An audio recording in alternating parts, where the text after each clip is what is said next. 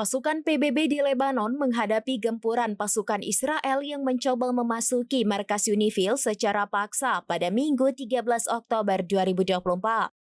Pasukan pertahanan Israel dilaporkan masuk secara paksa menggunakan tank-tank mereka melintasi garis biru Lebanon.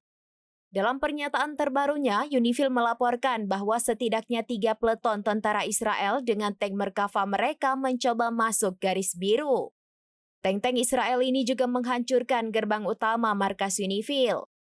Tak hanya itu, pasukan Israel juga meminta agar pasukan UNIFIL mematikan seluruh lampu di markas itu. Kehadiran Israel yang merusak markas ini membuat pasukan UNIFIL merasa berada dalam bahaya. Mereka akhirnya memutuskan untuk mengajukan protes. 45 menit kemudian, tank-tank dan pasukan Israel ini akhirnya meninggalkan lokasi. Hanya saja tentara Israel justru diduga meledakkan granat hanya berjarak 100 meter dari markas UNIFIL. Akibat serangan tersebut, 15 anggota UNIFIL harus menjalani perawatan intensif.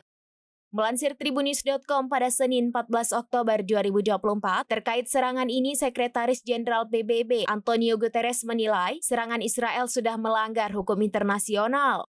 Guterres melanjutkan pelanggaran Israel tersebut termasuk melanggar hukum humaniter internasional sehingga termasuk kategori kejahatan perang.